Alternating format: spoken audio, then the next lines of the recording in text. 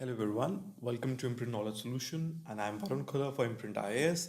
And today we're going to look into the revision for the national movement and its legacy chapter, and then we're going to go to the next chapter, that is the other book, that is India after Gandhi today, and we're going to look at chapter number 6, that is Ideas after India today, right?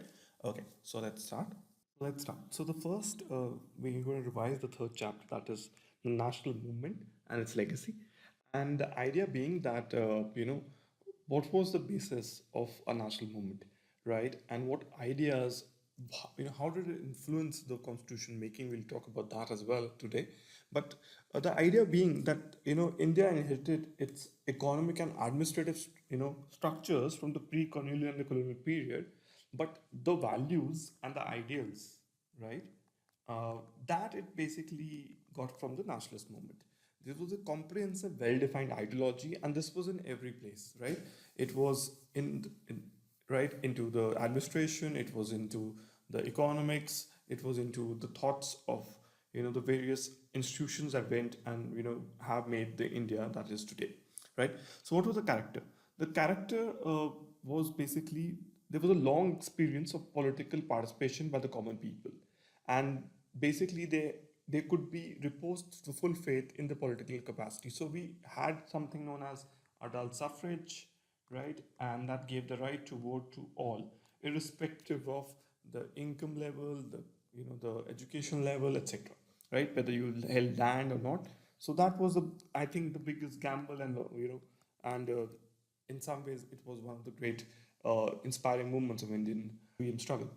Then, from the beginning, the national movement, popularized democratic ideas and institutions. It's fought for civil liberties, irrespective of the fact whether it was Gokhale fighting for the right of Tilak to speak and write his mind, or it was congressmen fighting for Bhagat Singh. Then the freedom of press was highly valued, and most of our freedom fighters were themselves journalists. Some of them were extremely great writers, as you can see in Nehru and in Gandhi. Right, Gandhi, used to write. We used to have a newspaper called the Indian Opinion, and then the Harijan, and so on. Right. Then there was a consensus on the practice of non-violence for the non-movement. Right. There was always a voting done that whether non-violence should be accepted, and this happened between at the Congress sessions, right? And it contributed to a thinking of a temper of a democracy in a country, right? That it was not as if okay, so I say Gandhi says non-violence should be done, right? And it was done.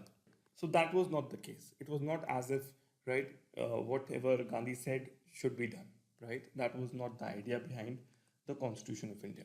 The idea was always that we should always democratically talk, try to convince the other party, and yes, make him see my mind, or obviously, if he can convince me, I can actually agree to what he says.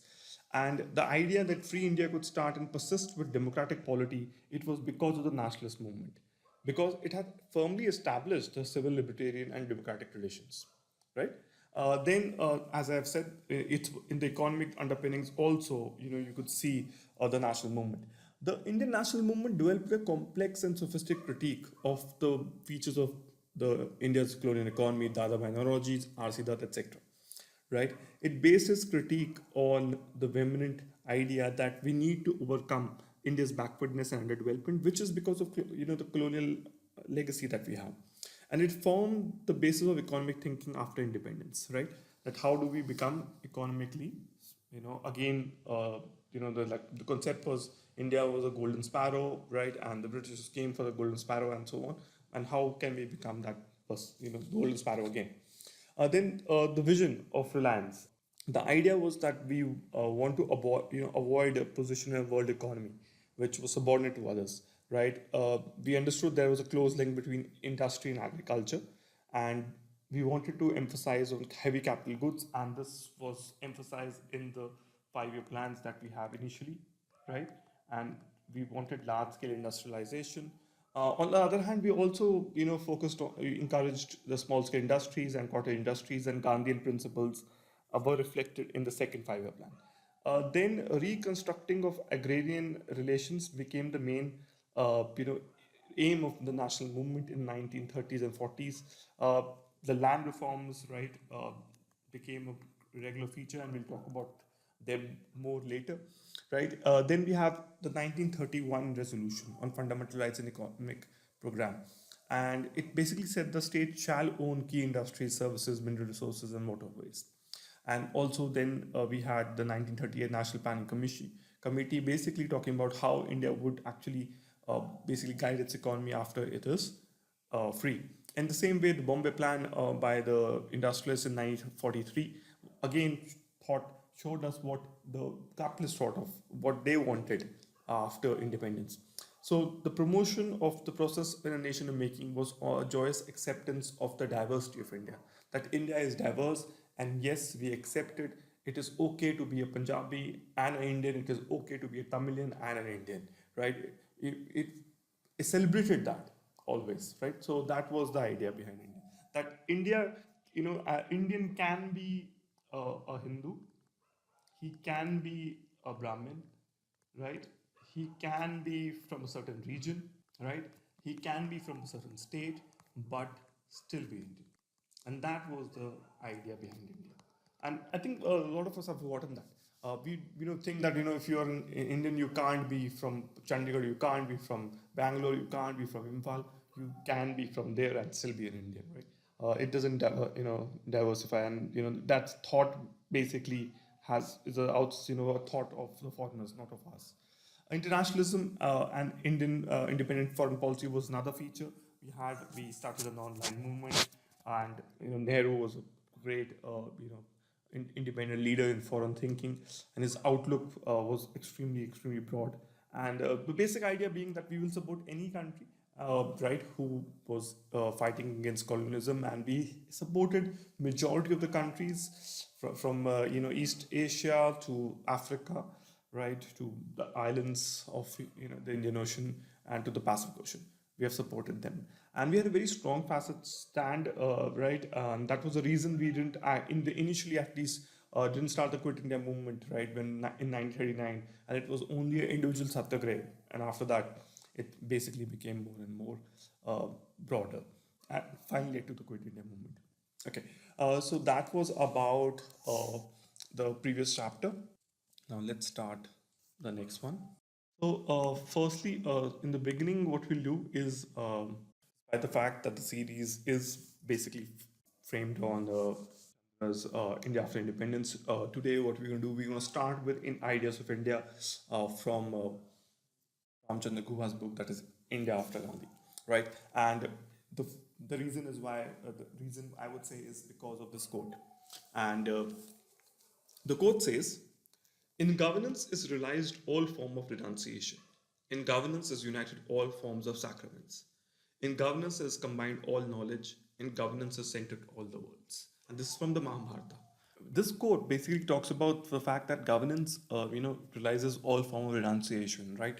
So when you become basically a prime minister, you have to basically give up your family, you have to give up your near and dear ones, you'll have less and less friends.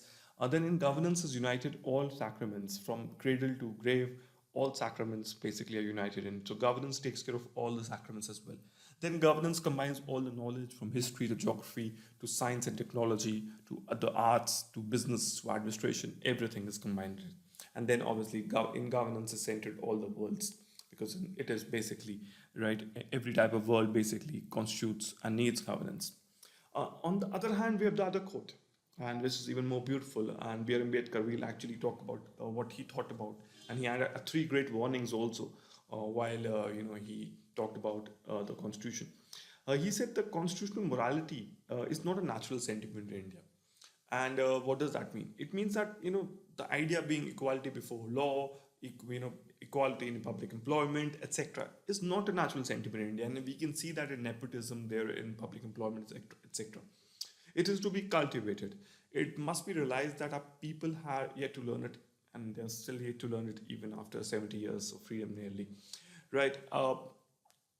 Democracy in India is only a top dressing on Indian soil, which is essentially undemocratic. And the idea being that Indian society is hierarchical, is casteist, right? And democracy is basically talks about equality. So there is a total conflict between the modern individual and the collective society that is Indian, right? So that this is the reason these two quotes are the ones which I'm choosing in the beginning.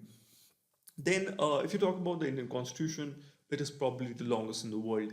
It came into effect in January 1950. It was framed over a period of more than 3 years between December 1946 and December 1949, and it consumed more than 165 days. It is extremely bulky, constitution.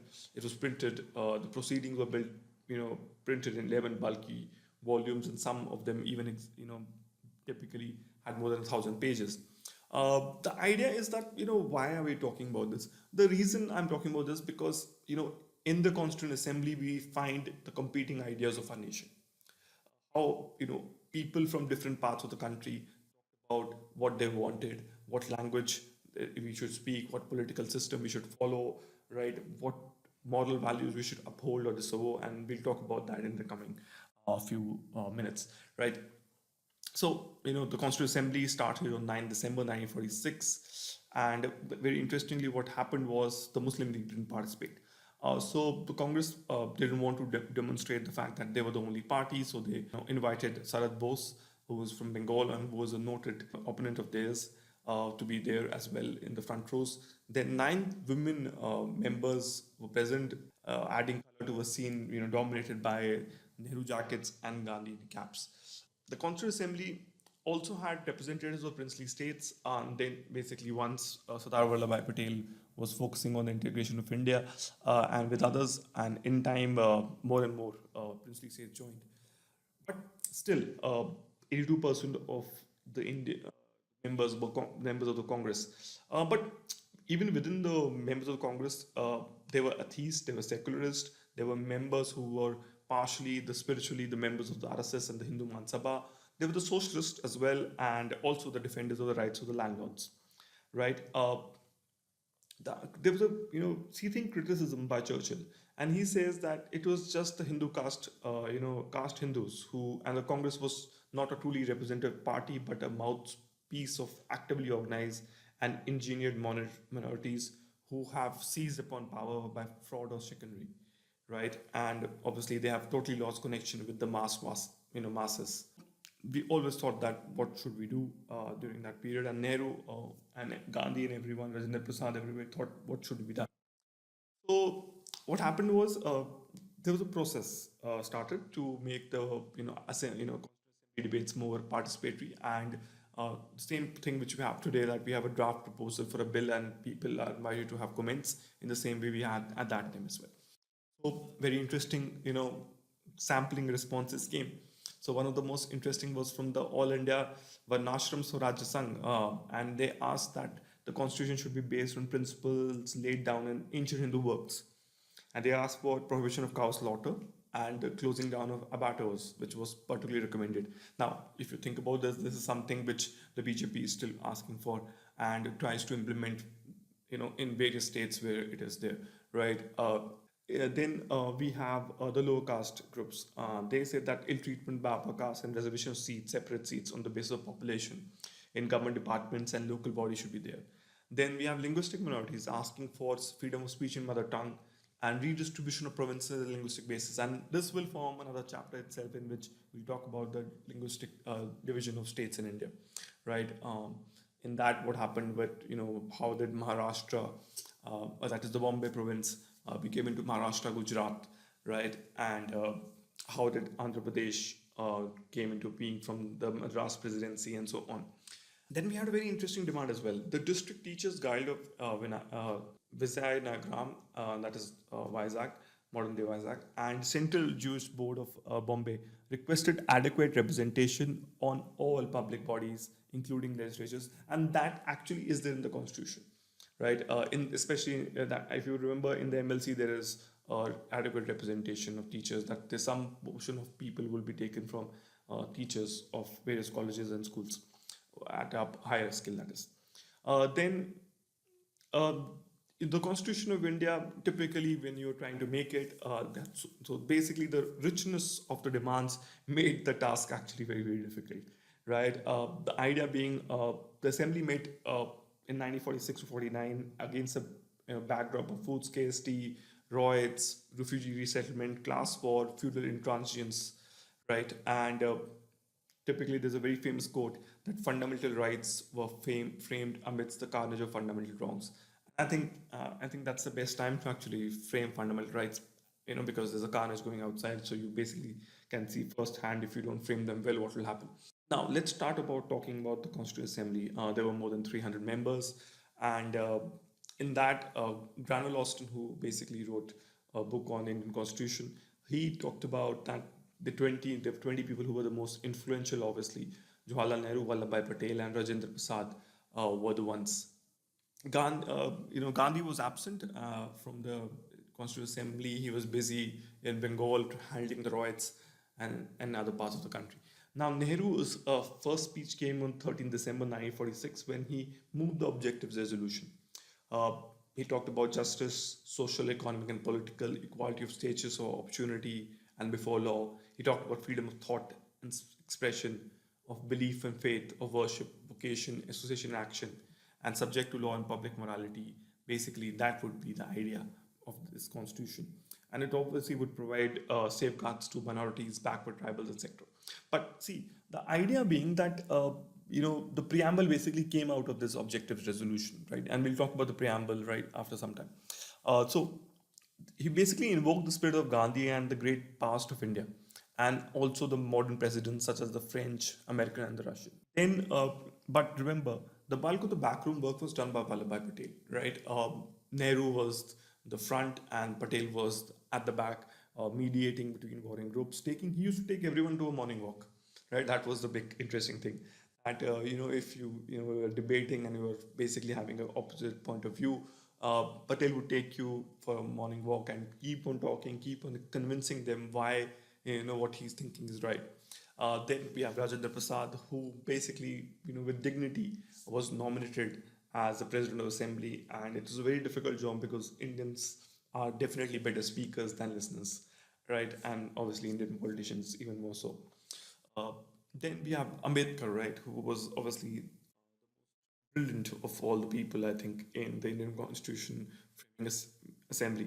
And the K. Munshi, who also helped him, and Aladi Krishna Swami Iyer, right? And B.N. Rao, and because if you think about them, all four of them, they were the ones who actually drafted and were able to, put the proposal in the simplest and the clearest legal form. And that was actually the reason why, it could happen in 3 years. You can actually see from the Nepal issue, right? If you had followed the Nepalese constitution being framed, how difficult it was. So you realize that in that era we could frame a constitution so vast in such a small amount of time. So it was a great thing.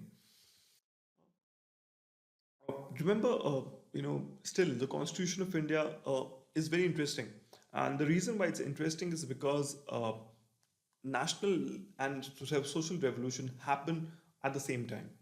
Uh, Initially, everybody was advocating a Gandhian constitution to revive the Panchayati Raj system of village councils, right, and village to be the basic unit of politics and governance. But Ambedkar basically was, the person who was attacking it the most. He basically condemned it. He said that village republics have been the ruination of India. That village is a sink of localism, of ignorance, narrow-mindedness, and communalism. But obviously, there were people like socialist H.V. Kamnath and peasant leader N.G. Ranga who basically said this is not true. And if he had, Ambedkar was enlightened about the achievements of the republics of South India, uh, he would not have said these things. Begum Azaz Rasool basically agreed with Ambedkar. And she realized the fact that there's a modern tendency towards the right of the citizen, but the village panchayat is very autocratic and would not care about the right of an individual. And we can see that in our Khap panchayats itself today, right? That they don't care about that, the individual right. But the modern state, that is India, is built on that. Remember, the Constitution of India looks towards a Euro-American rather than Indian presidents. So the question became what system we should follow, whether it should be the American presidential system, whether it should be the Swiss method of direct electing cabinet ministers, or the proportional representation. Now, because there was a lot of debate, but in India we required a strong government at that time, as there was a number of competing interest groups. So obviously, it made more sense to follow the British model because we were obviously well inclined to it from the 1935 elections, which happened in 36, 37, and the Congress ministries, which worked for a couple of years in that framework. So, after some time, it was decided that we should have a prime ministerial form of government, and we also decided that we should have a lower house as well as upper house to basically check the excess of the democratic zeal. And this is something that I think you can write in your answer in case you'll get a question like this in UPSC as well.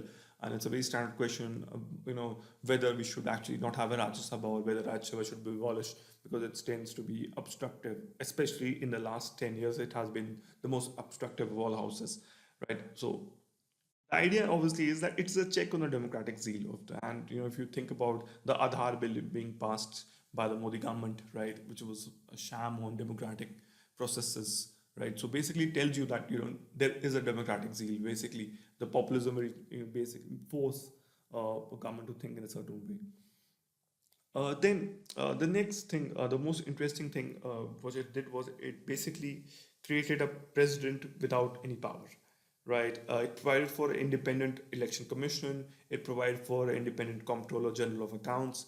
It protected the judiciary from party politics, right? Supreme Court was seen as a guardian of the social revolution and a guarantor of civil and minority rights. It mandated a complex system of physical federalism, right?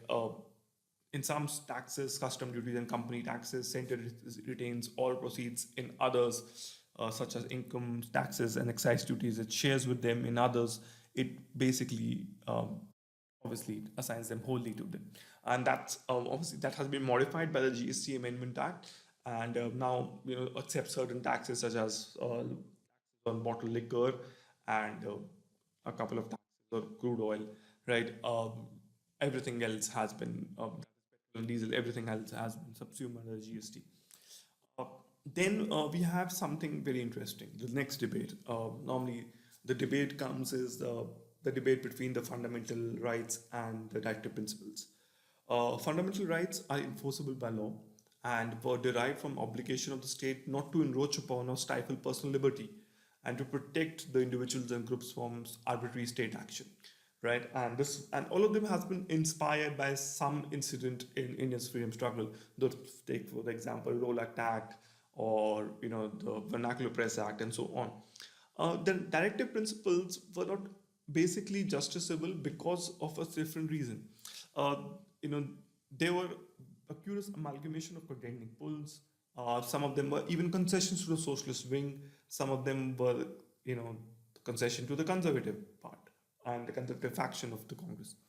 So, if you look at to from the outside, you'll think that the Indian Constitution was an adaptation of Western principles to Indian ideals, and but some people, as Hindu revivalism was always famous at that time and still is. So Prakasham talked about an inscription on 1,000-year-old Conjeevaram temple, which talked of election held with leaves as ballot paper and pots as ballot boxes.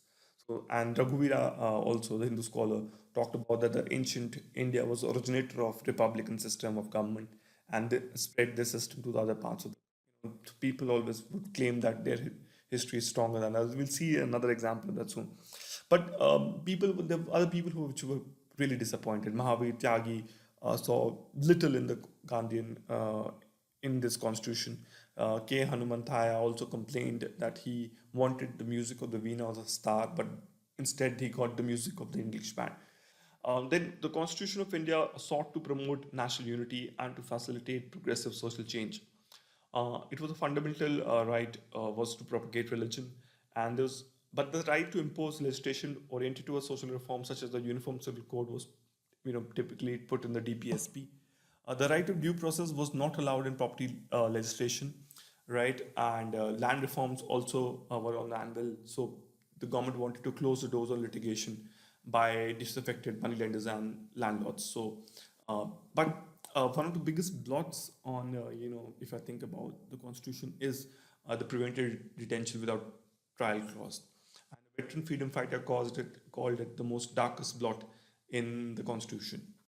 He said that having spent 10 years of his own life in dungeons and condemned cells in the days of our slavery under the British. He knew the tortures were detention without trial mean, and I can never reconcile myself to it. So the idea was that despite the fact that idealism was prevailing during a time of Indian Constitution, there was a lot of pragmatism also. People, realized the fact that we need some laws, right, at that time. We required a unitary system, right, but obviously not imposed by colonial power. We want, us areas of responsibility to be divided very clearly, but at the same time, we want a federal nature. So there were three lists which were created. The constitution provided for three areas of responsibility: the union, the state, and the concurrent. And obviously, in this union list, we had the preserve of the central government. The second list was with the state, and the third list, the concurrent list, was the center and the state shared responsibility. And but the problem became that there were many more items that are placed under the exclusive central control than in other federations. And moreover, there was something known as Article 356, which gave it the power to take over state administration on the recommendation of the governor. And this is something that has been misused year on year, every time. And I think it is something that, I think if B.R. Ambedkar and others were still alive, they would think that they did one of the biggest folly and biggest mistakes in their lives. About this excessive centralization, it was criticized a lot.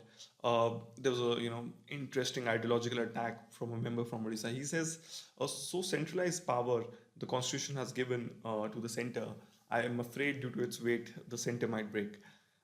There were another person from Mysore. He said that it was a unitary rather than a federal constitution, and democracy is centered in Delhi, and it is not allowed to work in the same sense and spirit in the rest of the country. Then K. Santhanam, who's very famous for his Santhanam report against corruption, right, and initially in ARC as well, he thought of that the physical provision would make provinces beggar to the doors of state, and that is in some ways a fair criticism as well. K. Munshi and others, on the other hand, thought like that a federation with a center as strong, we can make it because of the fact that the times called for that. Ambedkar also wanted a strong center, and much stronger the center we created under the Government of India Act 1935. Uh, the idea was there was horrific communal violence in 1946 and 47. And Qazi Sayyid Karimuddin, he says that everybody is not Jawaharlal Nehru in respect of his commitment to interreligious harmony. They were weak and facilitating executives in all provinces. Thus, what we want is a stable government. What we want today is a patriotic government. He talked about the fact that we want a strong, impartial, unbending executive that does not bow before popular whims. And that was the reason we want a strong center. Then there was another debate which came, the right of the minorities. So the first debate came for the retention of separate electorates for Muslims. But it was actually very difficult because of the creation of Pakistan, right? Sardar Patel vehemently said that those who want such kind of a thing should have a place in Pakistan, not here. Here we are building a nation, we are laying a foundation of one nation, and those who choose to divide again and sow the seeds of disruption will have no place, no quarter here, and I must say that plainly enough. So obviously, even Begum Azaz Rasool, she said that separate electorates were self-destructive weapon, which separates the minority from the majority from all time. And in time, they came down to the Begum points of view, right? So I then came the issue of separate, electorates for women. And Hansa Mehta of Bombay rejected reserved seats, quotas, or separate electorates. And she said women have never asked for privileges. What we ask for is social justice, economic justice, and political justice. And I think that's in my personal opinion, I feel that's a mistake, right? And Serenika Roy of Bengal also said that the same thing, that the women of India strove for equality of status, for justice, for fair play, and most of all to be able to take their part in the responsible work in the service of their country, right? Very interestingly, the women, participants in the Constituent Assembly didn't ask for quotas or reserved seats or separate electorates, which is still a theme, right? There is the bill in the Rajya Sabha which asks for 33% reservation for women. It has never been passed. I think maybe it was better if that had happened during the Constituent Assembly itself. But very interestingly, only voice in favor of reservation was a man, and R.K. Chaudhary, interestingly, talks about the fact that when a woman asks for something, as we know, it is easy to give it and get it and give it to her. But when she does not ask anything in particular, it becomes very difficult to find out what she wants.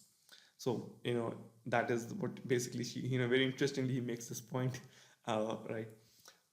Then the next thing comes is uh, while there was no reservation for Muslims and women, there is reservation for untouchables. Constitution sets aside seats in legislatures as well as jobs in government offices for the lowest caste. It threw open Hindus' temples to all castes. It asked for abolition of untouchability. That is Article 17, right? Okay. And Muniswamy Pillai of Madras says that the fair name of India was a slur and a blot by having untouchability. Uh, H.J. Khandgerkar basically pointed out the untouchables were conspicuously underrepresented in the upper echelons of the administration. That was very interesting. He says that, when upper caste colleagues talked about the fact that there were many ICS, people who were interviewed, Harijans were interviewed, right, and they were found unsuitable, that their grades were not good enough. He said, very interesting, this quote. I think this quote can be used. He says, "You are responsible for our being unfit today. We were suppressed for thousands of years. You engaged in your service uh, to serve your own ends and suppressed us to such an extent that neither our minds nor our bodies nor even our hearts work. Nor are we able to march forward. This is the position you have reduced to such a position that you say that we are not fit and that you have not secured the requisite marks. How can we secure it? Right? So, very interesting, argument for the idea that there should be SC reservation, right? But the most interesting, I think rebuttal would be Mahavir Tyagi. He says that no caste ever gets benefit from reservation. It is the individual or the family which gets benefit. So instead of caste, perhaps there should be reservation by class, such as cobblers, fishermen, and such a other caste, and the representatives through reservation, and because they are the ones who really do not get any representation. It's a very interesting thought, I would say, and I think in the OBC, this has been implemented, right? The OBC reservation, that is. Uh, the next question came is whether we should have a reservation for STs. And we had something very interesting here. We had somebody called Jaypal Singh. And, the most interesting thing is that he went to Oxford, right, and was sent by missionaries to Oxford to study. He made his name as a superb hockey player and always went on to captain the Indian team that won the gold medal in the 1928 Olympics. And his speech is the most interesting, I would say. If there is any group of people in India that has been shabbily treated, it is my people. That it is the scheduled tribes which have been treated the most shabbily. It's not even the SCs, I would say. In the 6,000 years, the history of the Indus Valley civilization, a child of which I am, basically claims that I am the original inhabitant of the subcontinent, right? And it is the outside which has come and basically taken away whatever basically is mine. The history of Indus Valley civilization, a child of which I am, shows quite clearly that it is the newcomers. Most of you here are intruders as far as I am concerned. It is the newcomers who have driven away my people from the Indus Valley to the jungle fastness. Right. He says that now that when India is independent, I expect that obviously there should be equality opportunity. The other interesting thing was, prohibition of alcohol was made a directive principle, and it was here Jaipal again made a speech, which obviously is something I think most of you would like. He said that it is an interference with the religious rights of the most ancient people in the country. For alcohol was the part of their festival. He says that a santal who does not get his rice beer cannot actually work knee deep in water throughout the day, right? It is rice beer which typically keeps them alive and obviously makes them work and obviously keeps them against all manner of diseases, right? And Constituent Assembly in time convened a committee on tribal rights subcommittee, and that A.V. Thakkar was heading it, right? He was a veteran social worker, and he sensitized the house to the tribal predicament. He says that tribal people, the other a member from Bihar observed, the tribal people have been made a pawn on the chessboard of provincial politics, exploitation on mass scale, and we must hang down our heads in shame. Right. So tribal people in time obviously were given seats in legislature, jobs in government reserve for them. Uh, but all said and done, the most heated debate was obviously the language, and it still is there, and this debate is still there, right? Luckily, we have not pursued it too much, right? Otherwise, I think it would lead to another war, like as it has done in maybe Sri Lanka, and a very interesting. So, R.V. Dulekar, he says that people who do not know Hindustani have no right to stay in India. Somehow, in every era, they have such people, right? If you don't know this, go to Pakistan. If you don't know this, do this, right? I don't know why they keep on doing that. Okay, as if they have a sole right on this land, right?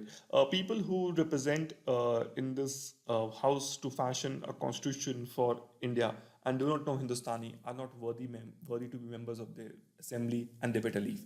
It led to a huge commotion, and obviously Nehru had to dissuade Dwelkar to return to his seat and so on. In another session, what happened was the House, basically members argued the House to order all the Delhi government to rule that all car number plates should be in Hindi script, right? Now, the next debate came is that whether we should have Hindustani and Hindi, right? Okay, so Hindi basically was written in Devanagari script, and Hindustani was basically the lingua franca of master in northern India, was an amalgamation of Hindi and Urdu, right? So again, obviously there was a huge debate, and this debate kept on happening.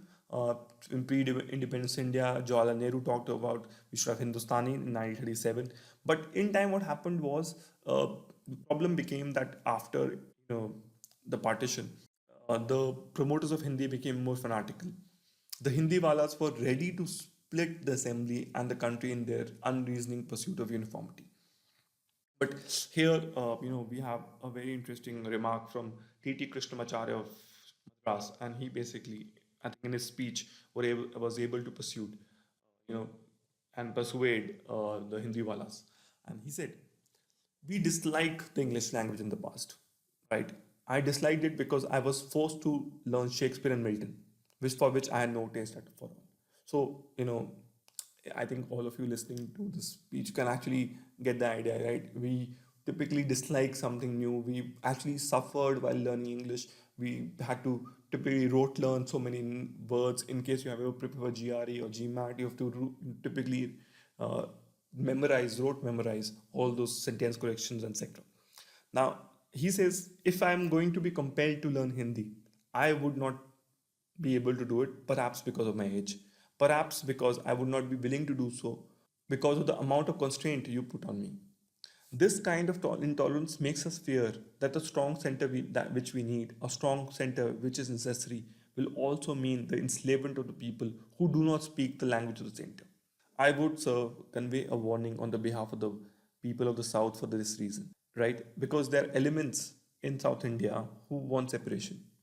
And my honorable member friends in UP do not help us in any way of flogging their ideas of Hindi imperialism to the maximum extent possible. So it is up to my friends in UP to have a whole India, and it is up to them to have a Hindi India. The choice is theirs. So with that, basically made it very clear that if you impose Hindi on South India, what will happen is that you will have a Hindi India left over. I think that actually this language debate is still there, and the main reason this debate is there is because of our democratic politics, I would say. What has democracy done is that there are too many, people from UP who are MPs. They have too many people from the Hindi belt, that is MP, etc.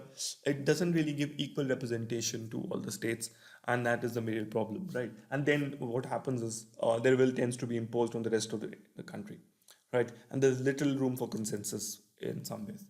Finally, the assembly arrived at a compromise. It talked about the official language of the union shall be Hindi in the Devanagari script, but for 15 years only, right? And obviously, English would be used for official purposes. But obviously, this continued and has been continuing since forever.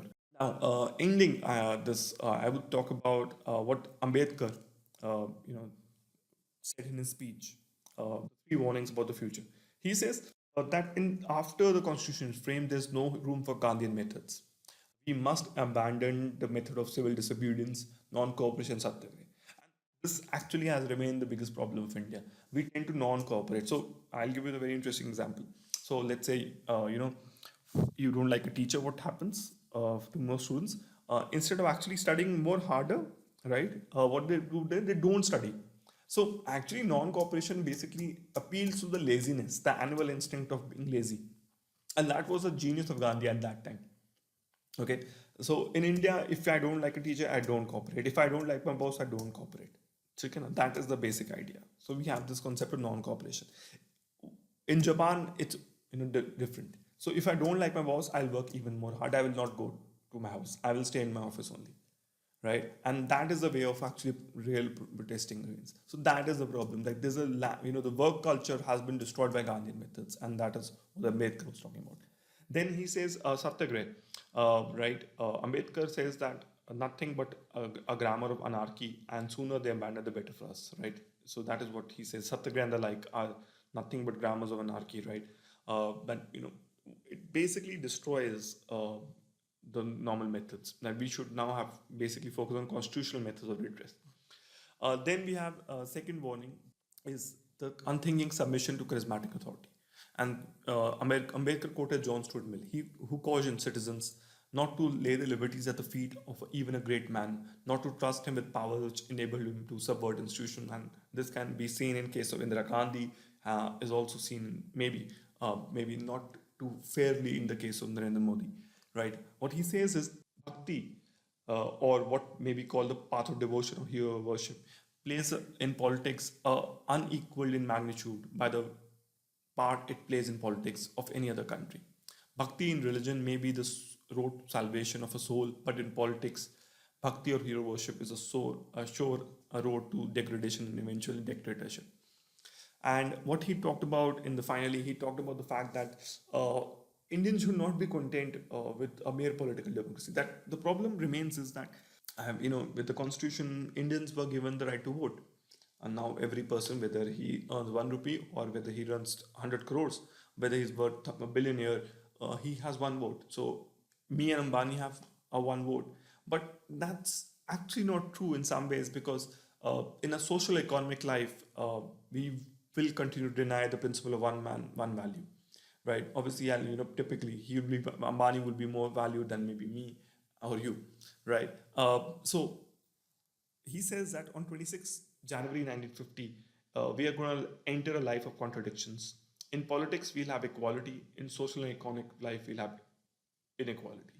In politics, we recognize the principle of one man, one vote, one value. In social and economic life, we obviously continue to deny this principle.